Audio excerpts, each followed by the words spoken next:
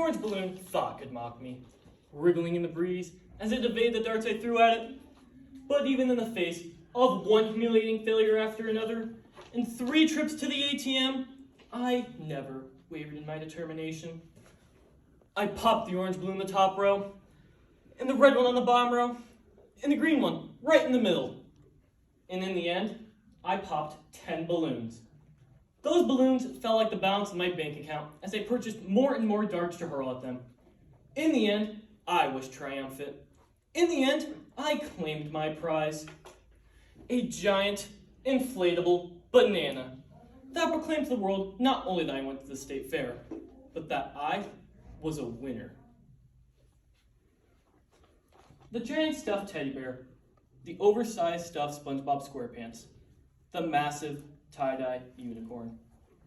Perhaps even a giant inflatable banana.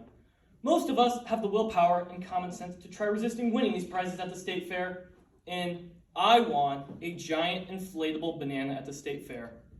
Now What? By Bradley Walton. We hear of the unintended consequences and trials and tribulations one must go through in the aftermath of winning such a prize. I won a giant inflatable banana at the state fair. Now What? By Bradley Walton. When I first arrived at the state fair, I had no intention of playing games, a ride or two, some popcorn, and a few leisurely hours spent staring at cows. That's all I had on my agenda. But as soon as I entered the fair and sat continually at a picnic table, munching on some kettle corn, it all changed. That was when I saw her, the old woman, being pushed along in a wheelchair by a young man with a camouflage t-shirt and a Little League baseball cap. The old woman wore a bright pink blouse, a beige skirt, and a brown sweater so ugly the only one who knows they are at death's door would be brave enough to put it on. She was squinting through thick glasses and had a strangely ambiguous smile upon her lips. On her lap was a giant inflatable pickle, 4 feet long. The message that the pickle sent out to the world was unmistakable. I may be old, but at least I have a giant inflatable pickle, and you don't. I may have the world's ugliest sweater upon my shoulders, but the fact still remains that I have a giant inflatable pickle, and you don't. I am better than you. Do you know why? Let me give you a hint. It's bright green, filled with air, and sitting right here on my lap. It's a pickle, a huge freaking pickle, filled with air. I have a giant inflatable pickle, and you don't, so bite me. This was the message that the pickle sent out to the world, and I just couldn't have that. I needed a giant oblong food object of my own so that I too could prove my superiority over the rest of the human race. So I got one. Step right up, folks. Come on, come on. If you can pop yourself 10 balloons up here on this very wall, you can win yourself any giant inflatable object. So easy, even a monkey could do it. Now, you may wonder why I chose the banana and not the pickle. Well, the answer is simple. The banana is better than the pickle. It is yellow. Yellow is a more happier color than green. Green. Green is the color of broccoli and sickness. Yellow is the color of baby chicks and rubber duckies. Brussels sprouts and boogers are green. The sun and bumblebees are yellow. Bananas taste better than pickles. And also, someone else won the last giant inflatable pickle a few minutes ahead of me. Now, I strut theatrically around the midway, a 4-foot-long, air-filled banana nestled proudly upon my shoulder. After about half an hour of showing off my giant inflatable banana to everyone around the state fair, I decide the time has come to resume my original plan of riding rides, eating fair food, and staring at cows. I decide to start with the rides. The Himalaya looks enticing, as does the roller coaster, but I can't take my giant inflatable banana onto either of the rides. In fact, I can't take my giant inflatable banana onto any of the rides. With the possible exception of the carousel, but that is out of the question. Carousels are beneath me. Leaving the banana by itself while I ride a ride is not an option, because someone might steal it. I know that would not be pardoned for my banana for long, because I would immediately hunt down the thief and kill him.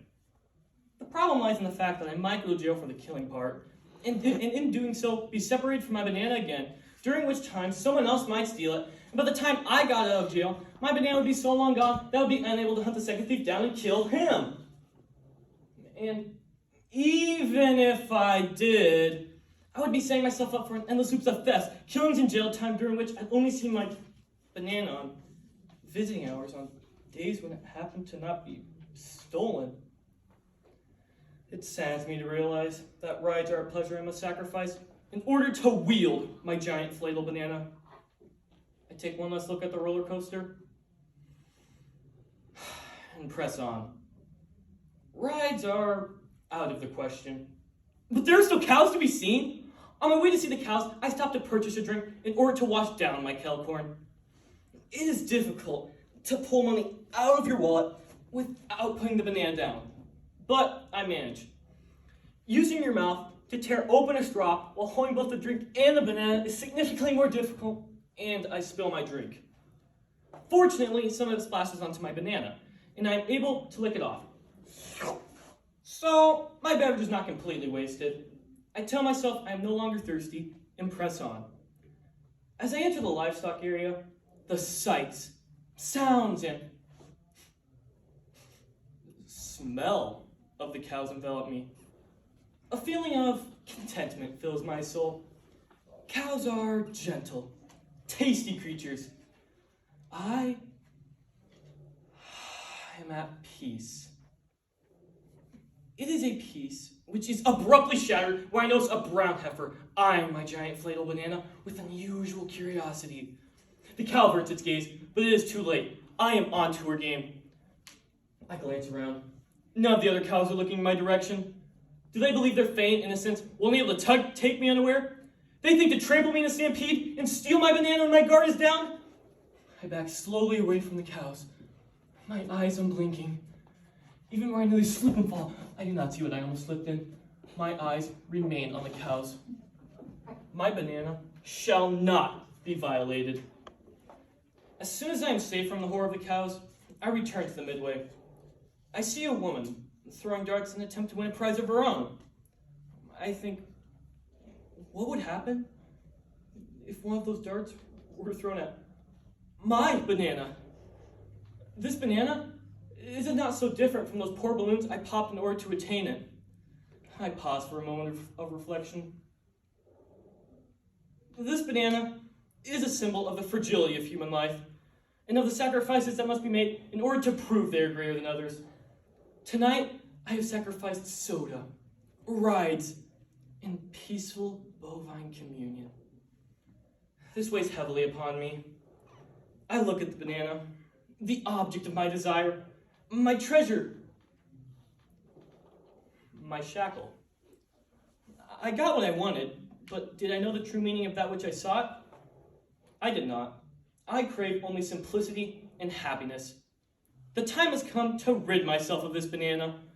I must pass it on to another, but not just anyone, no. It must be one who is worthy, one who has already proven himself, or herself. And then, as if by divine providence, I see her, the old woman with the giant inflatable pickle. And now, she has a giant inflatable pepper, a giant inflatable squash, a giant inflatable zucchini, and 2 giant inflatable ears of corn on the cob. She looks like a rolling giant inflatable produce stand. The young man pushing her along steps aside to buy some peanuts. I then approach without a word, place my banana atop her pile, and slowly back away. The stack on top of her lap blocks her view. I think, how has this old lady won so many? This old lady, despite her appearances, is mighty indeed. I'm about 12 feet away when I hear her voice, apparently directed to the young man who has just returned with his peanuts. Did somebody just give me another one of these things? What in the world is going on here? Now, you're my son, and I love you. But when you placed this pickle on my lap, you started something. Now people just keep coming up and giving me all kinds of junk. It's like it's Halloween, and you dressed me up as a trash can all over again. I pause to process this information and contemplate retrieving my banana. Then I think better of it and head for the nearest exit.